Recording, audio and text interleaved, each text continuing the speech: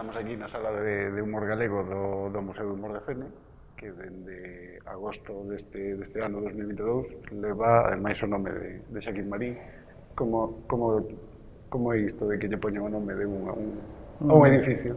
A mí me dá certa vergonza, non? Porque decía José María Pemán que non é un exemplo moi bon para poñer que lle puxeran a un xardín o nome seu porque iba a pasear ali todos os días e que entón tuvo que deixar de ir a pasear porque lle daba vergonza que a xente dixera mira este ven a regodearse de que lle puxeron o nome ao xardín. Eu vou a vir aquí as veces que poida sin darme vergoña, pero vamos, non tiñan por que poñer o meu nome. Bueno, falaremos despois da idea, de como se promoveu o inicio do museo, porque é parte importante da túa obra tamén. Pero empezamos falando do museo precisamente porque o espazo que ocupa o museo aquí na Casa da Cultura, na Fonte do Campo, que é un lugar de Fene, e a contorna ten moito que ver co inicio da túa trayectoria vital e da túa trayectoria tamén da túa trayectoria artística. Ti naciches en Ferrol no ano 43, pero con 2 meses xa viñeches a vivir para aquí. Vamos, me trouxeron, eu non era moi razonable daquela, nin agora. Sí, de pequeno e toda a miña nenez e mocedade transcurreu por aquí, alrededor deste espazo, por estes camiños, por estas corredoiras, porque había algunha, e por os veciños de aquí todavía algúns son os mesmos que tiña eu. Como era esa infancia? A mí me contaban algúns veciños nas visitas guiadas que se fixeron na exposición de Volta ao Orixe, que foi este ano, que pasabades gran parte do tempo xogando fútbol aquí ao lado no Campeiro. Porque hai que dicir que o museo e a Casa da Cultura, onde está o museo, ocupa exactamente o mesmo espazo da escola de meu pai. Da escola primeira na que traballaba o teu pai, o meu avó. E da segunda, da que hai hoxe todavía. Sí, pois aquí era o meu territorio, pero eu era un neno raro, reflexionando estes días entendín que fui un neno moi raro. Nunca aprendín a bailar o peón, nin fui un gran xogador de bolas, malo, nin o único que xogaba era o fútbol, pero no resto tardei moito en atar os zapatos, por exemplo, as cousas que lembro eu sempre fui retrosadillo, así que era un neno estrano. Entón, esa parte na que non estaba xogando fútbol, debuxabas, mentres que o resto... E despois empecé a dibuixar, esa foi a miña salvación, porque a pizarra non se acababa nunca, e se podía dibuixar, cuspir, volver a dibuixar, entón aí era un campo tremendo para facer batallas, que era o que facía eu, batallas. E como comezou? Por onde empezou esa afección polo dibuixo? Pois xa te digo, pode ser por esa nulidade para outras cousas. Empecé a expresarme así, despois,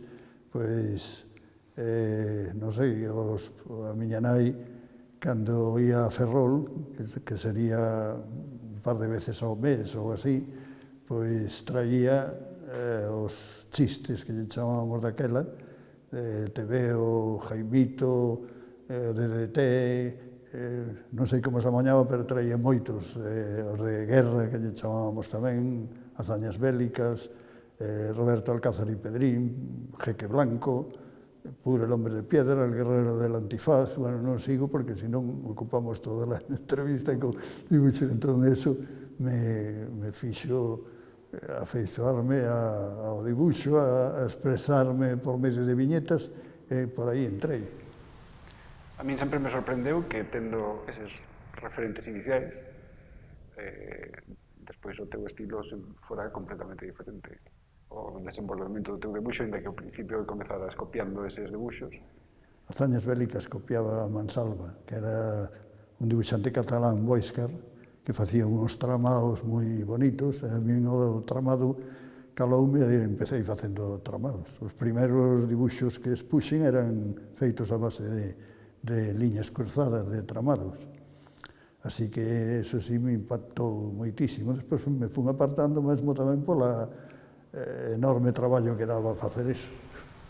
Pero, non obstante, ti despois os debuxos das viñetas humorísticas sí que teñen moitas rayas, igual son un pouco reminiscencia deses... En principio, sí, hoxe casi prescindín de todo porque son incapaz de facelo. E o teu pai, que tipo de revistas lía? Meu pai tamén me gustaba moito o humor, e gustaba a Codorniz, que tamén traía a miña nai, outra das miñas principios de obsesión polo dibuixo de humor, lle traía Gracia e Justicia, outra revista que se chamaba El Español, que era de política, pero que traía uns dibuxos de Lorenzo Goñi, que eran espléndidos. Eso a mí sempre me chamou a atención, os dibuixos de Goñi. O resto non me interesaba porque falaba de política e era un neno. Non me entendía o que, ou entendía o que puña, pero non entendía o que quería decir.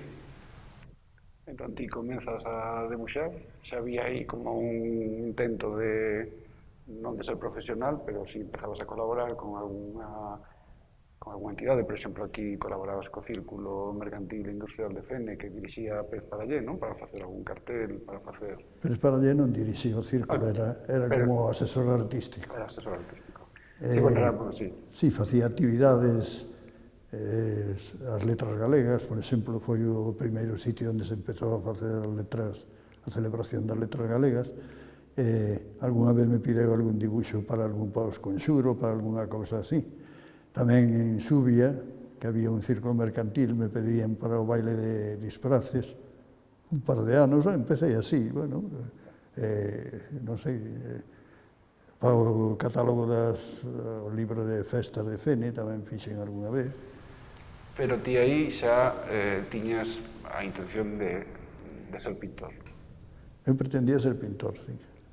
E despois empezaches a pintar, e cando empezaches a pintar, a túa concepción da pintura era, se baseaba en 3 puntos que eran ter unha idea, facer o debuxo, e despois coloreala. Sí, eso me chamou a atención, algún crítico, que na pintura era algo máis que eso. Pero sí, o que me interesaba era a idea, era contar as miñas ideas, non facer demasiada plástica. En principio a mí me gustaban os surrealistas. Dalí, por exemplo, me gustaba moito. E máis, quixen aprender máis dos surrealistas, coñecín algún surrealista en Madrid, e me dixo que lera o libro de Bretón de os surrealistas, e fui á Biblioteca Nacional a tratar de ler o libro, e o tipo que había ali na entrada me dixo que non podía pasar. Non pode pasar? Non, pero no, si tiene carne de estudiante ou de non sei que, universitario, vamos. Sí, pero si non, non poden pasar. Esa foi unha decepción gordísima que levei na vida. Eso foi en Madrid? En Madrid. En Madrid. Pero ti, nas entrevistas que che facían ali, así, nos inicios, sí que mencionabas a Dalí como referente, pero dicías que o teu tiña explicación lóxica, non como de Dalí, pero non sei se había aí un pouco de inocencia de Nobel ou un pouco de chulería de xuventude. Eu creo que era chulería e ignorancia de xuventude, as dúas cousas xuntas. A mí me parecía que era o mellor pintor do mundo xa, cando empezaba. Me gustaría ser como Dalí, me gustaba en aquel momento, despois o fui descartando porque me parece que había moita truco na pintura de Dalí, e empecé a entender a Picasso, que eran os polos grandes que había para ir para un lado ou para outro na pintura. Non comentamos que ti xa neste momento estabas traballando en Astano. Entrei aos 14 anos largos, ou sea, cerca dos 15. É dicir, que estabas xa estabas simultaneando unha cousa que xa se empezaba a convertir aínda non en profesión, pero xa nos 67, creo que foi, fixeches a primeira exposición individual, xa fixeras algunha colectiva antes. Sí, fixemos unha colectiva de Christmas, que hoxe vexo que expuxen era vergonzoso, pero bueno. E bueno, xa na pintura, que xa empezabas a facer daquela, xa no 67, como digo, fixeches a primeira exposición, xa a temática era moi humanista, moi popular, moi social. No catálogo desa primeira exposición que había unha ilustración da túa cara e o cerebro era unha máquina, aí xa parece que empezou ese motivo recorrente que o da máquina. Bueno, non sei se tivo que ver algo Astano neste... Sí, eu supoño que sí. Astano pues, era meterse na máquina. Había un horario, unhas cousas que cumprir. Eu sempre o cumprí moi mal, pero de todas formas era como entrar na máquina. A máquina prendeume na cabeza e xa non sigue todavía, non parou. É unha constante na miña obra. Porque ti en Astano que facía? Que parte do barco facías? Entre outras cousas, nada. Pero cando entrei de aprendiz, pues tiñamos que pasar por todas as, non sei como chamarlle, as partes que habían armadores, que eu entrei en armadores. Entón estuve máis ben en Gálibos, moito tempo en Gálibos, que era dibuixo no chan, o sea, se facía o barco trazado no chan, e aí pues, había unhas mesas, xa se podía ir dibuixando algo, non? Aparte do barco. Despois había que pasar por calderería, por grada e por taller. Eso eu o levaba moi mal, tiña moito medo nos barcos, o outro era moito ruido, moito follón, pero bueno, eu aproveitaba os ratos libres e na mesma chapa na grada, pois ao mellor facía algún dibuxiño con tiza no ferro, despois, claro, pintarían, eso non quedou para a posteridade. Pero que tratei de, xa tiña a vocación de pintar e de ser dibuixante. E ademais, cando recibes en 2021 o premio Rosalía de Castro de Lingua, que concede a Deputación da Coruña, explicas en algunha entrevista que entrar en Astano foi como coñecer a realidade sociolingüística de Galicia, porque ti viñas dunha familia castelán falante, e, bueno, explica, podes contar. Sí, ademais pasaban cousas moi curiosas. En Astano, os operarios falaban en galego, pero aos aprendices nos falaban en castelán. Eso pasaba tamén cos pais e os fillos na aldea, que lles falaban aos nenos en castelán. Eu creo que era porque sabían que a sociedade que triunfaba era castelán falante. O mestre era castelán falante, o médico tamén, o grego tamén, o sea que todos os que tiñan algún poder eran casteláns falantes. O futuro dos nenos pois, sería falando castelán. Pero, bueno, a clase operaria, os traballadores falaban galego. Eu entendín aí que debía falar galego. Eso foi onde comprendín que a miña obriga era falar galego. Que hasta aquel momento non falaba, se pode decir, ninguna palabra. E como se aprende galego nunha época na que non se estudaba galego, na que non había normativa? Pois mira, incluso en Astano fixemos un sistema, cando xa estaba en oficinas, éramos un grupo grande, pero por parcelas, o sea que estábamos divididos en seccións. Na miña sección, collimos o sistema de multar ao que falara en castelán. Sei que tiñamos establecido un sistema que cando un soltaba unha voladora en castelán tiña que ingresar unhos cartos, non moitos, claro, en unha lata que tiñamos ali. E así fomos pulindo o galego, que tampouco pulín demasiado porque se me mestura o castelán constantemente. E máis agora que levo 5 anos fora de Galicia, pero que establecimos ese sistema e deu resultado, porque algunha xente que estaba comigo que non falaba tampouco ninguna palabra en galego empezou a falar. Pois marchas a Madrid, que xa comentaches que xa comentaches algunha anécdota de Madrid, marchas no 68, a primeira viaxe que faz a Madrid, cunha excedencia de Astano. Nesta primeira estadía en Madrid levas unha vida bohemia, case bastante solitaria, sospeito. Moi solitaria. Tiñas 25 anos, creo. A que te dedicabas ali? A que te dedicabas? Pintar. A pintar e a ver exposicións. Vin moitas exposicións. Recorría Madrid a pé, desde o Santiago Bernabéu, que se chamaba Chamartín, non sei se se chamaba Chamartín xa, ou era xa Santiago Bernabéu, bueno, igual. Desde alá arriba de los novos ministerios ata o sur de todo de Madrid, todas as galerías de arte, en canto eu miraba na páxina de atrás do ABC as exposicións que había, recorría todas e vin pintura moi interesante, xente moi interesante porque, por exemplo, que sei, Lucio Fontana, xente que era moi rara ver en España, pois a vin en aquel momento. Españoles, xente nova que prometía que ahora son importantes, todo eso, sí, eu vi moita pintura.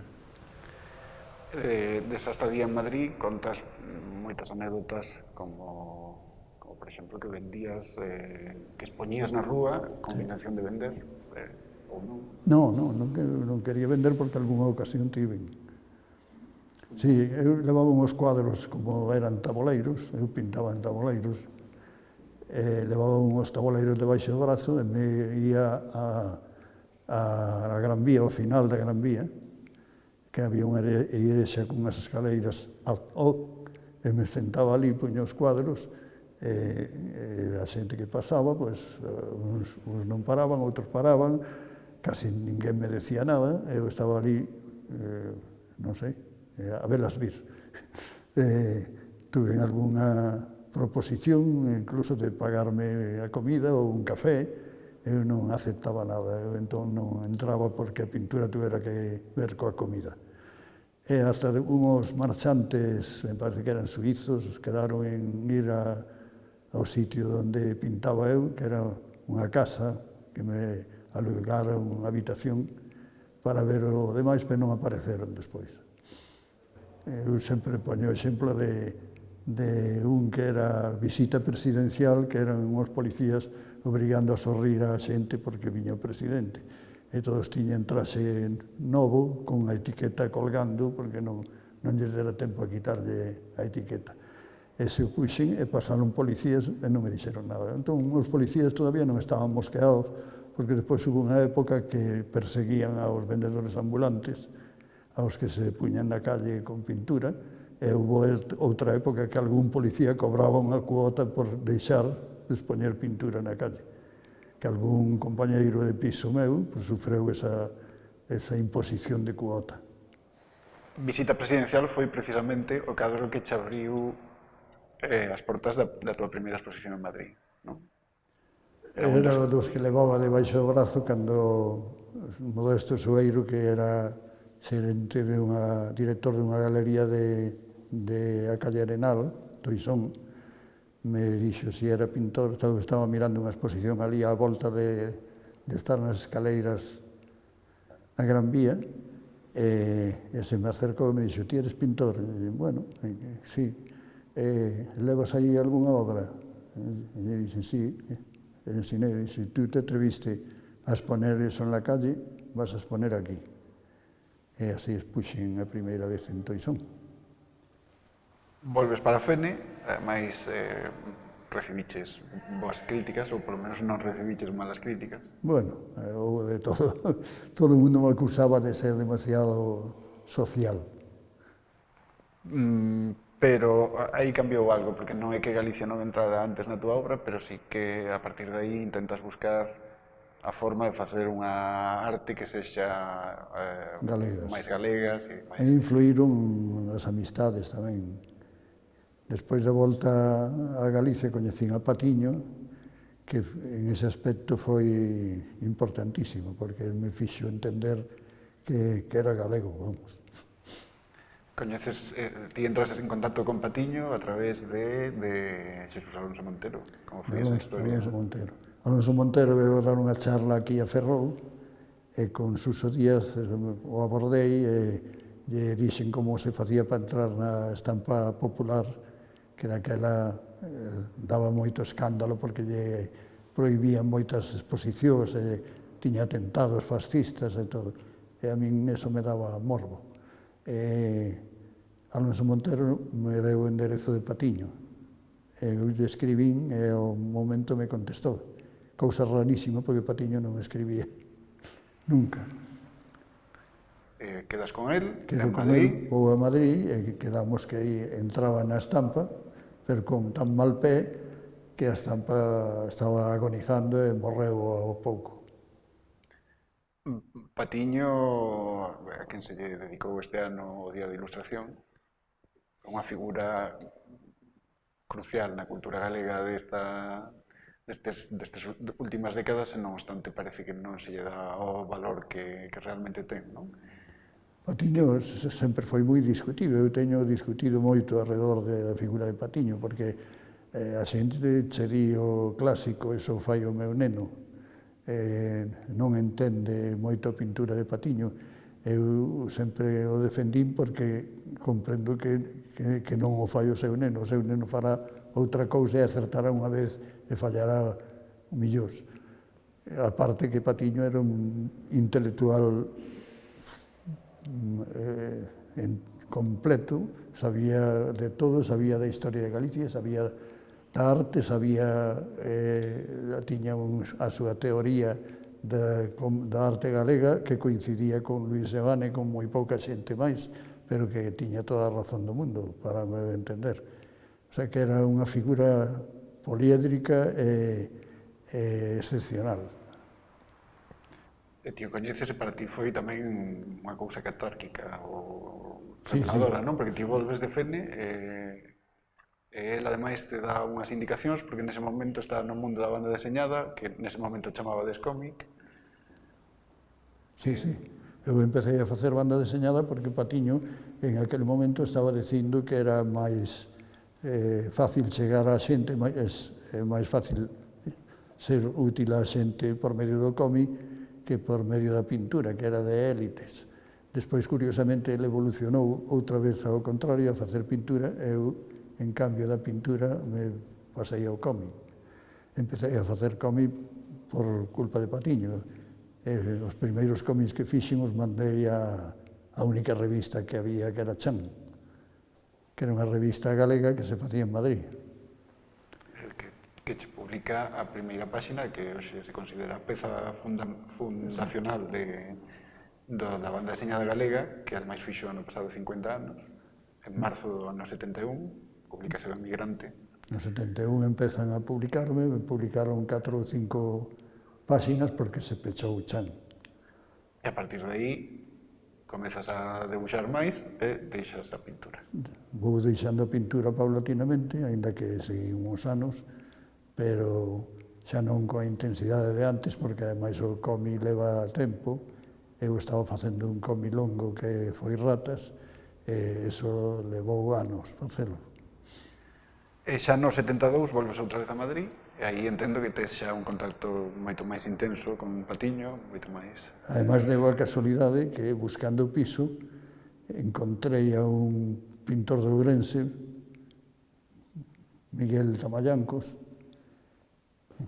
Miguel Carballo. Eu estaba buscando con Castro, que era un amigo que tiña en Madrid, e os tres xuntos seguimos buscando e fomos a topar piso ao lado da casa de Patiño, moi perto da casa de Patiño. Entón, o contacto foi constante, porque eu non tiña máis que atravesar unha rúa e pico e xa estaba na calle Segovia, que era onde vivía Patiño.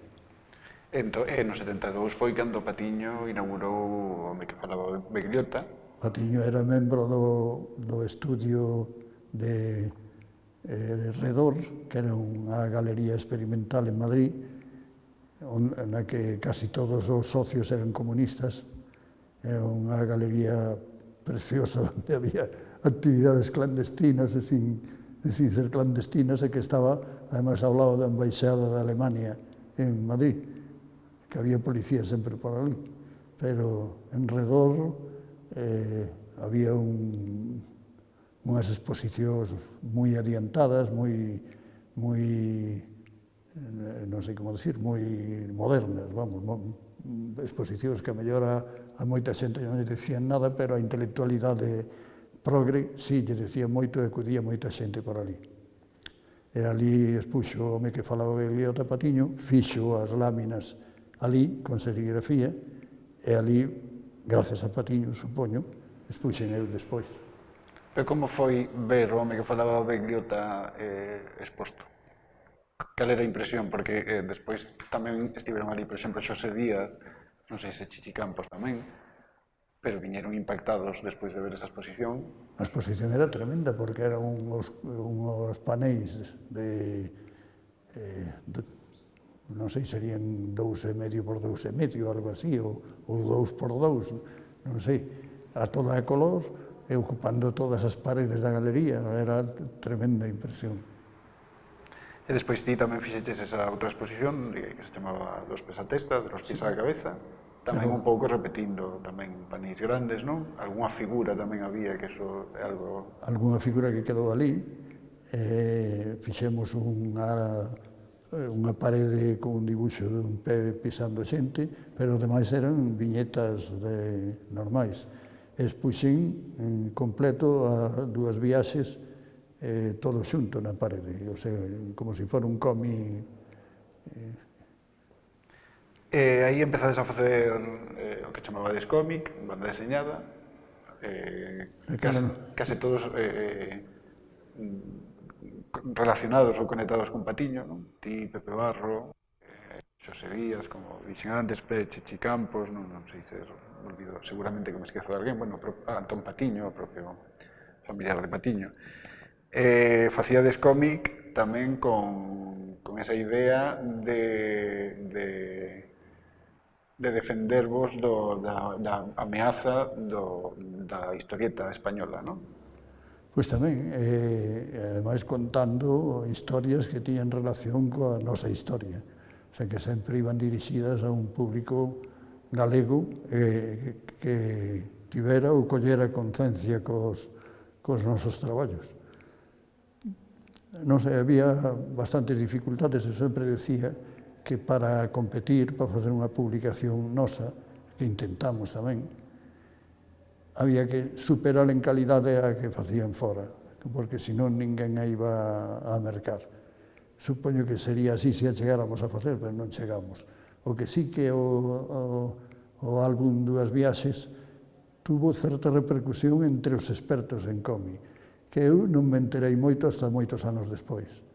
Pero cando expuxen en viñetas do Atlántico, desde o Atlántico, había un señor ali no público que parece ser que era un experto en arte, que eu non cheguei a saber quen era un experto en cómic. Eu comentei eso, que non tivera éxito ningún, e dixo, como que non? Eso se comentou moito en todos os círculos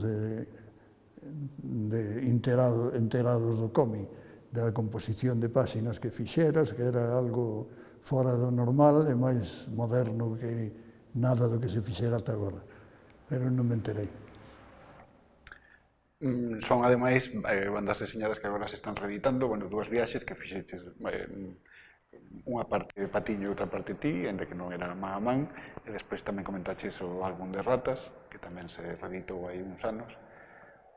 A idea que tiña tamén era que non tivera moita repercusión, pero ti crees que houbo, crearon escola ou abriron camiño ou tiveron, non sei, ves algunha referencia a eles na banda deseñada actual ou...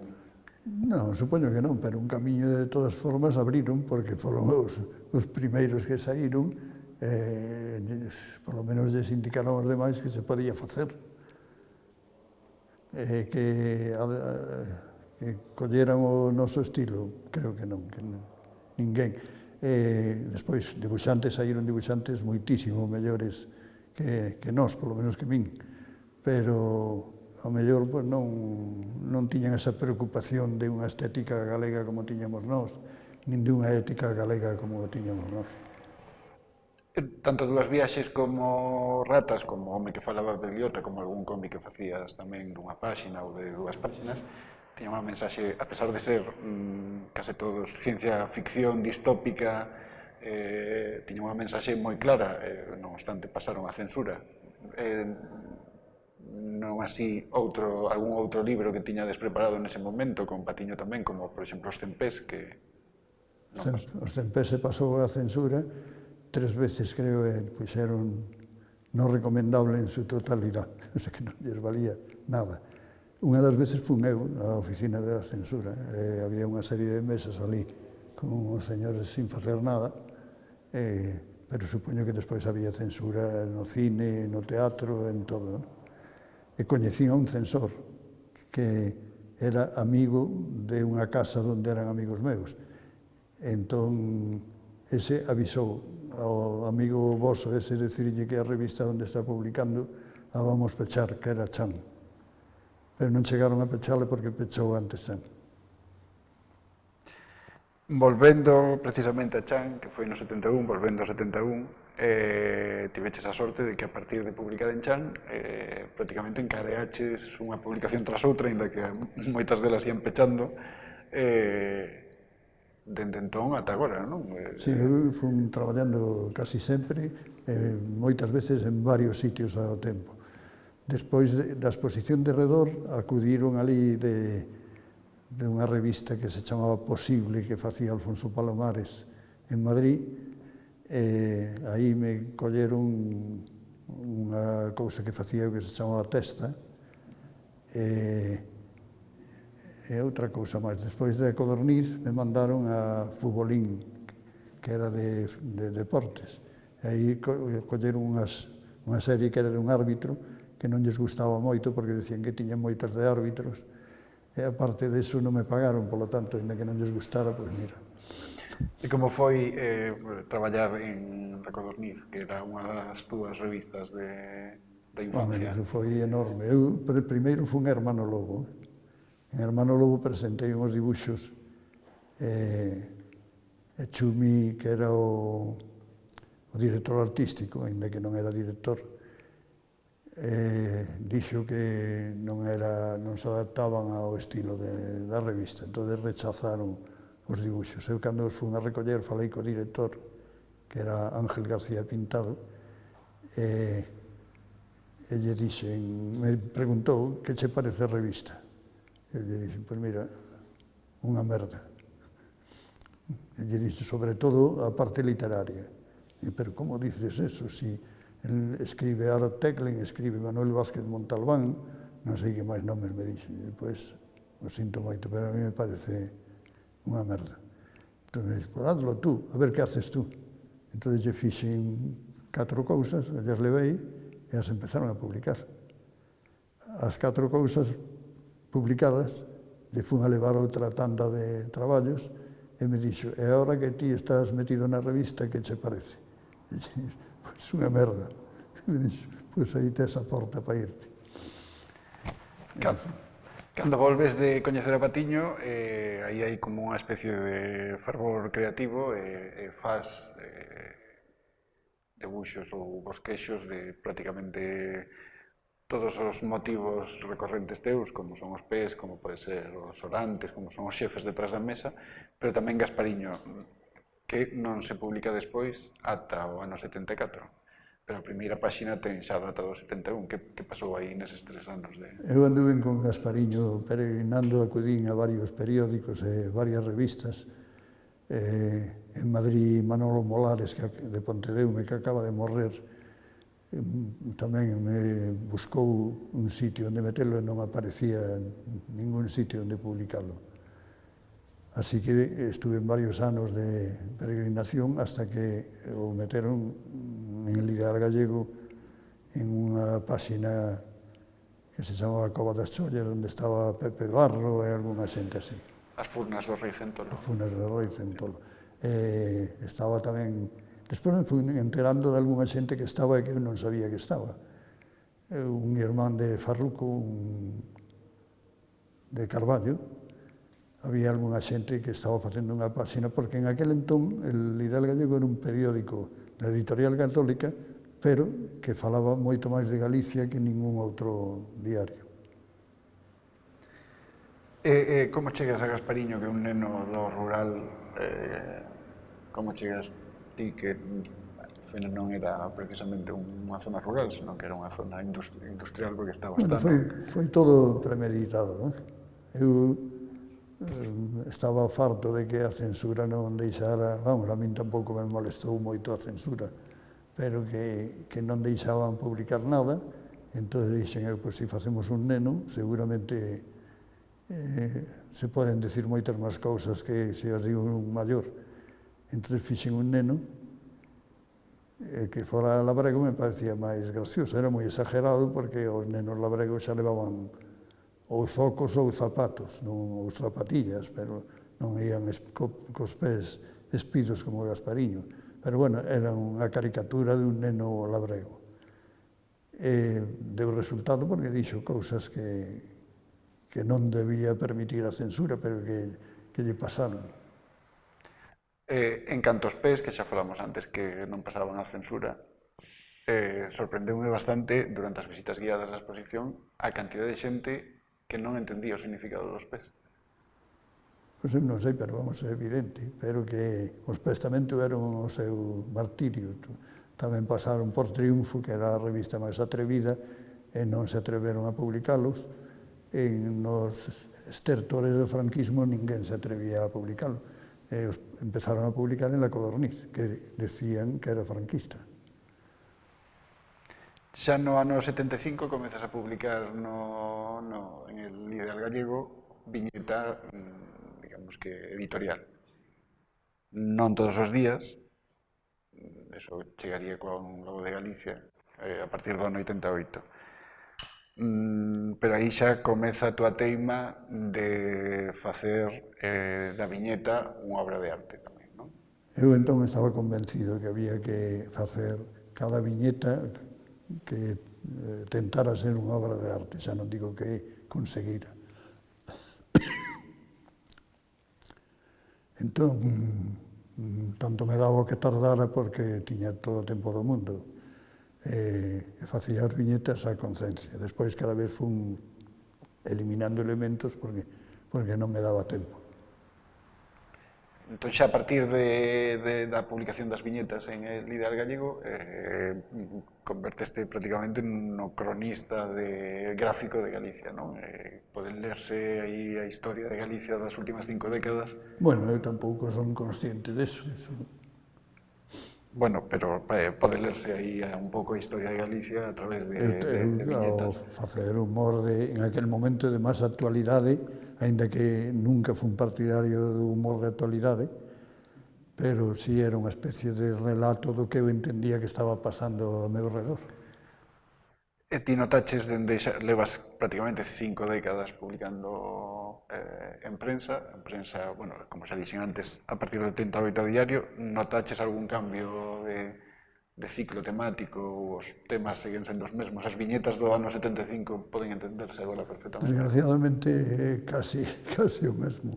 Pouca variación hai. Se poden engadir temas novos e temas puntuais, non? Pero hai uns temas constantes, desgraciadamente a migración, o abuso de poder, o racismo, a violencia de xénero. Hai unha serie de temas que son eternos, desgraciadamente, e que moito me temo que seguirán sendo eternos. Como dixeches agora, non te gusta o humor de actualidade, a pesar de que o fixeches en moitas ocasións. Sempre prefires o humor que sexa universal, que sexa un pouco reflexivo. Si, non me gustan os temas de actualidade porque, por exemplo, fago tamén falas de As luces de Abel Caballero. Bueno, pois ten a súa gracia hoxe, pero o ben pasado mañán e xa non saben nin que eran as luces de Abel Caballero, nin quen era Abel Caballero. Entón, teñen ese problema o humor de actualidade. Ves o humor de actualidade de outros países e non entendes nada, porque falan de políticos que non coñeces e de temas que pasan en Colombia ou en Brasil, ou de Bolsonaro si o entenden, pero de momento. En el Ideal Gallego tiveches algún problema con algún tema, non? Sí, o director do Ideal era un andaluz que me censuraba bastantes dibuixos, pero despois resulta que a él o estaban presionando, eso me enterei por outro, él non me dixo nada, o estaban presionando desde o Consello de Administración para que me eliminara, vamos. E aguantou firme e despois lle tuve que pedir perdón porque eu hasta lle mandei algunha carta un tanto insultante. Comentamos antes que no 88 empezas a traballar en La Voz de Galicia, supoño que eso se nota porque empeza a ser a diario e La Voz de Galicia ademais ten outra repercusión, outra difusión, non? Sí, ademais, curiosamente, foi cando a reconversión naval. Eu saí neste ano e aos poucos días, ou non sei se semanas, me chamaron da Voz para que empezara a colaborar na Voz. Claro, gañaba máis, era todos os días, xa era un oficio total, non? Tiña que dedicarme moi de cheo a traballar para o xornal. Porque aquí na entrada en La Voz de Galicia, no que estaba tamén traballando previamente Siro, Estaba Siro, que tamén pasou que en algunha outra publicación anterior, que estaba Siro e despois entraches ti, Sí, non? Siro sempre foi por diante. Estivera en Chan, antes que eu, en outra etapa de Chan, estuve no Ideal Galego, antes que eu, e na Voz de Galicia, antes que eu, e seguramente influiu para que entrara eu. É dicir que tamén foi unha figura bastante importante na túa carreira. Home, Siro, para min tamén foi importantísimo. Sempre fomos parellos, sempre fixemos actividades os dous xuntos, de todo, vamos, publicacións xuntos, de todo.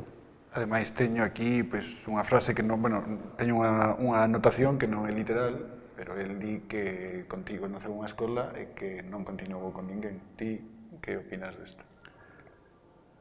Ves algún alumno ou ves algunha referencia? Non, eu alumno non recoñezo. Hai xente que di que foi alumno meu, pero eu penso que non.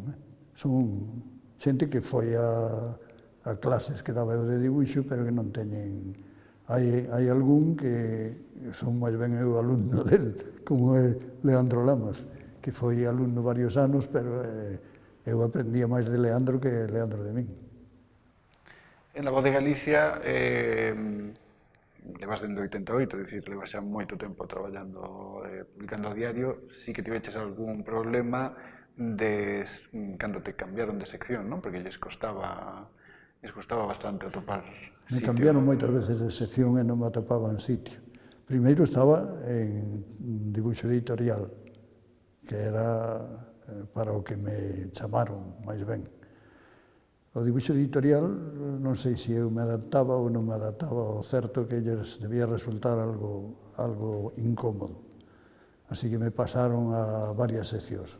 Estuve en Sociedade, estuve en Opinión, estuve en varias seccións. Que eso era un drama de traballo porque me chamaban moitas veces pola noite e me decían: oye, que o tema que fixeches caeu e tens que facer ora do incremento do cancro de pulmón. Xa me dirás que chiste se lle saca o incremento do cancro de pulmón. Era tremendo. Afortunadamente, foi pasando a cousa e últimamente me meteron cos pasatempos, que é unha sección, según moitos, indigna, pero que a mí me veu moi ben, porque é unha sección fixa, onde levo moitos anos sin cambiar, e onde teño o meu espazo moi pequeno, pero o teño. A viñeta diaria, algunhas veces facías, sobre todo ao principio da colaboración en La Voz de Galicia, facías 2 dibuixos ao día, porque tamén facías el País, despois Ecos de Sociedade. Eso xa foi provocando que o teu dibuixo fose menos rayado, non? Tes por aí un chiste que di este dibuixante parvo porque total lle pagarían o mesmo pola metade de rayas. Sí, eu cada vez fui facendo menos rayas tamén, porque físicamente non daba xa máis de min. Poucas veces fixen máis dibuixos de un na Voz, porque en ese aspecto son moi rígidos, non vale eso de facerlles un dibuixo, a ver se podes meter este. Eso non o fan eles. En cambio, no ideal si se podía facer dibuixos extras, pero na Voz é complicado. Con Siro López, no ano 1983, redactastes o Manifesto en Defensa do Humor. Sí, eu lle boto a culpa a Siro, porque foi que o que fixo todo, menos que se lle das unha patada a unha pedra saen humoristas, e que non hai extremos como Amancio, esos detalles foron meus, o resto todo foi Siro. Pero que dicía o manifesto? Bueno, O manifesto reclamaba máis presencia de humor, porque os xornais non puñan casi ningún humoristas, e se os puñan eran malas condicións. E os outros medios igual, a radio, a tele, todo. Houbo algunha resposta, non moita, pero creou unha corrente de opinión que me parece que deu como resultado que se empezara a pensar en facer un museo de humor.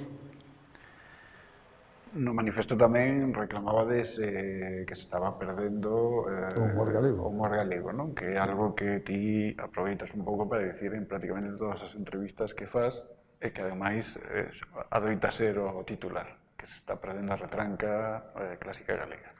Ti non o sabes porque non entras en redes sociais, pero, bueno, sí, no, igual no Facebook, pero noutras redes sociais, pero cada vez que das ese titular hai unha masa enfurecida dicindo que a retranca galega igual se tiña que renovar, que non vai cos novos tempos. Eu creo que cada vez vai máis. Me parece todo o contrario, cada vez é máis precisa a retranca, que negar a realidade que non interesa. Por lo tanto, é unha arma soberbia para, aínda que este pasando, decir que non está pasando, ou que non debía pasar. Como dixeches, froito do manifesto, bueno, despois fixestes tamén unha publicación, unha carpeta con debuxos, fixestes unha exposición itinerante que foi por toda Galicia. Nese momento houve outra serie de iniciativas como o Seminario de Humor Galego no Castro, non? Os encontros de humoristas, non recordo agora. En Sobrado. En Sobrado. En Soutomaior. En Soutomaior. Tamén foi no 83 cando empezou o Cansendono. Todo eso, ou parte deso, acabou dando pé á proposta, non sei se pola túa parte e por máis xente, ao Concello de Fene de crear este Museo do Humor. A proposta foi miña. E foi como consecuencia de toda esa actividade, de todas esas queixas dos humoristas e de entender que se estaba perdendo o humor galego, como ademais o humor gráfico normalmente desaparecía porque non se lle tiña consideración nos xornais e se tiraban os orixinais, non se gardaban. Me parece que era totalmente necesario un sitio onde se gardaran, onde se lle dera rango, onde se organizaran mostras, onde se confrontara co humor que facían noutros sitios, que souberan de nós e que nós soubéramos o que facían fora. Todo iso estaba sen facer e había que empezar a facelo. E como foi? Aquí recolleron a idea? Eu era amigo de algún concejal de Fene, o falamos, e decía, home, pues aquí o podíamos facer. Entón empezamos con eso, fixo unha habitación, iba a decir que sobraba, non é que sobrara, pero que había aquí na Casa de Cultura, no andar terceiro, pois se habilitou para eso.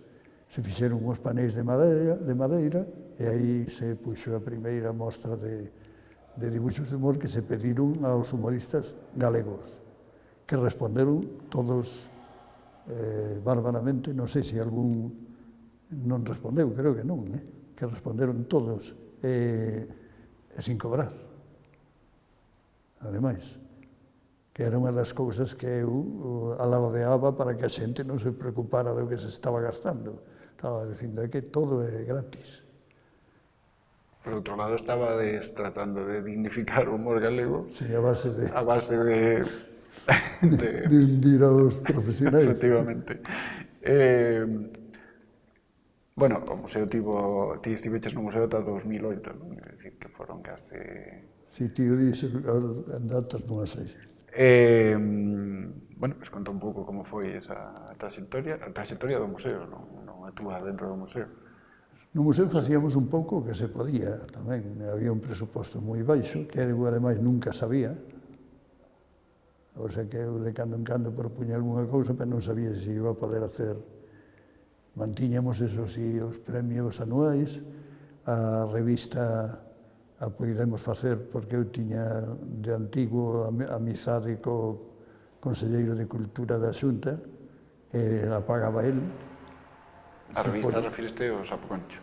A Sapoconcho, que se publicou bastantes números, o sea que se fixeron moitas exposicións, se fixeron exposicións itinerantes que recorreron toda Galicia, se fixeron actividades fora, algunha exposición tamén por fora, bastantes cousas para o que se podía, vamos. E o premio que se estableceu chegou a ser o máis grande que había en España, porque non había outros, claro. Acudían xente de todo o mundo. Eu todavía, cando fun a moitos sitios por aí, me falaban de que pasara co Museo de Fene. O sea que a xente, os humoristas gráficos, se lembran de que hai un museo de humor en Fene. Pois, sí, estás sorprendido de que o museo siga... Nunca pensei que chegara tan adiante. Pero sigue aberto, sigue con actividades, sigue con ampliado, porque é moito máis grande que cando... Moita mellor montado que cando estaba eu, con máis actividade e mellor, vamos. A partir dese traballo no museo, ti creaches tamén unha rede, como acabas de comentar, non só por España, senón por internacional, non? Fuches a colaborar como xurado noutros sitios, estableciches aí alianzas con outras institucións, outros museos de humor. Conta un pouco isto, como valoras todo este traballo. Supoño que por ter o museo aquí funcionando, primeiro, a primeira actividade fora con Lepe. Lepe, por Summers, Manolo Summers, tiña un chalé en Lepe, entón empezou a organizar ali a Semana de Humor, que facía exposicións, facía un partido de fútbol entre humoristas e non sei que, periodistas, bueno, facía actividades. Entón Lepe se fixo famoso como Summers tiña amizades na tele e por aí, o decían na tele continuamente, se fixo moi importante Lepe. Lepe saleu o alcalde na televisión dicindo que iban a crear o primeiro museo de humor de España. Entón eu escribín inmediatamente dicindo que non, que xa o primeiro xa estaba funcionando, que sería o segundo. Aí nos chamaron e nos invitaron a ir a Lepe a Semana de Humor seguinte. Fomos un concellal, o alcalde e eu ali. Ali fixemos unha charla, lles levamos unha exposición, fixemos un cartel, empezamos con eso, as actividades externas. E despois fun a Tenerife polo mesmo motivo, e despois incluso a Portugal e a máis sitios, non? En Portugal andaban tamén para crear o museo, non era un museo de empresa, pero quería ter unha sección de humor. Entón me chamaron a min para o primeiro concurso, e a partir de aí xa fun todos os anos. Agora se acaba de rematar a cousa, despois de 20 e pico anos. Pois xa chegando un pouco ao final, antes comentaches que na Voz de Galicia agora tes espazo na sección de pasatempos ou de ocio, non? De feito, a sección ao principio se chamaba O lecer de Isolino. Isolino, aparte da aparición no xornal, tamén, te preocupas en colgalo en Facebook e resulta que aí tes como unha certa interacción con moitísima xente. Se pode decir que ten un relativo éxito. Ti non sei se esperabas este éxito de Isolino. Eu sempre digo que eu non recoñezo ningún éxito. Eu creo que eso non é éxito. Éxito sería ter 1 millón de likes, como din agora. Eu teño 100 e pico. Eso non é nada. Bueno, éxito relativo. Relativísimo.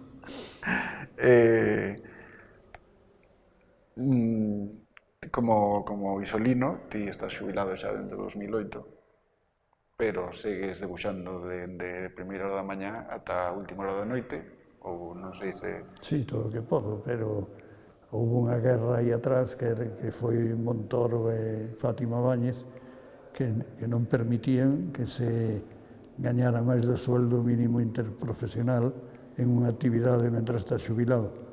Houve unha guerra tremenda que arruinou a moita xente.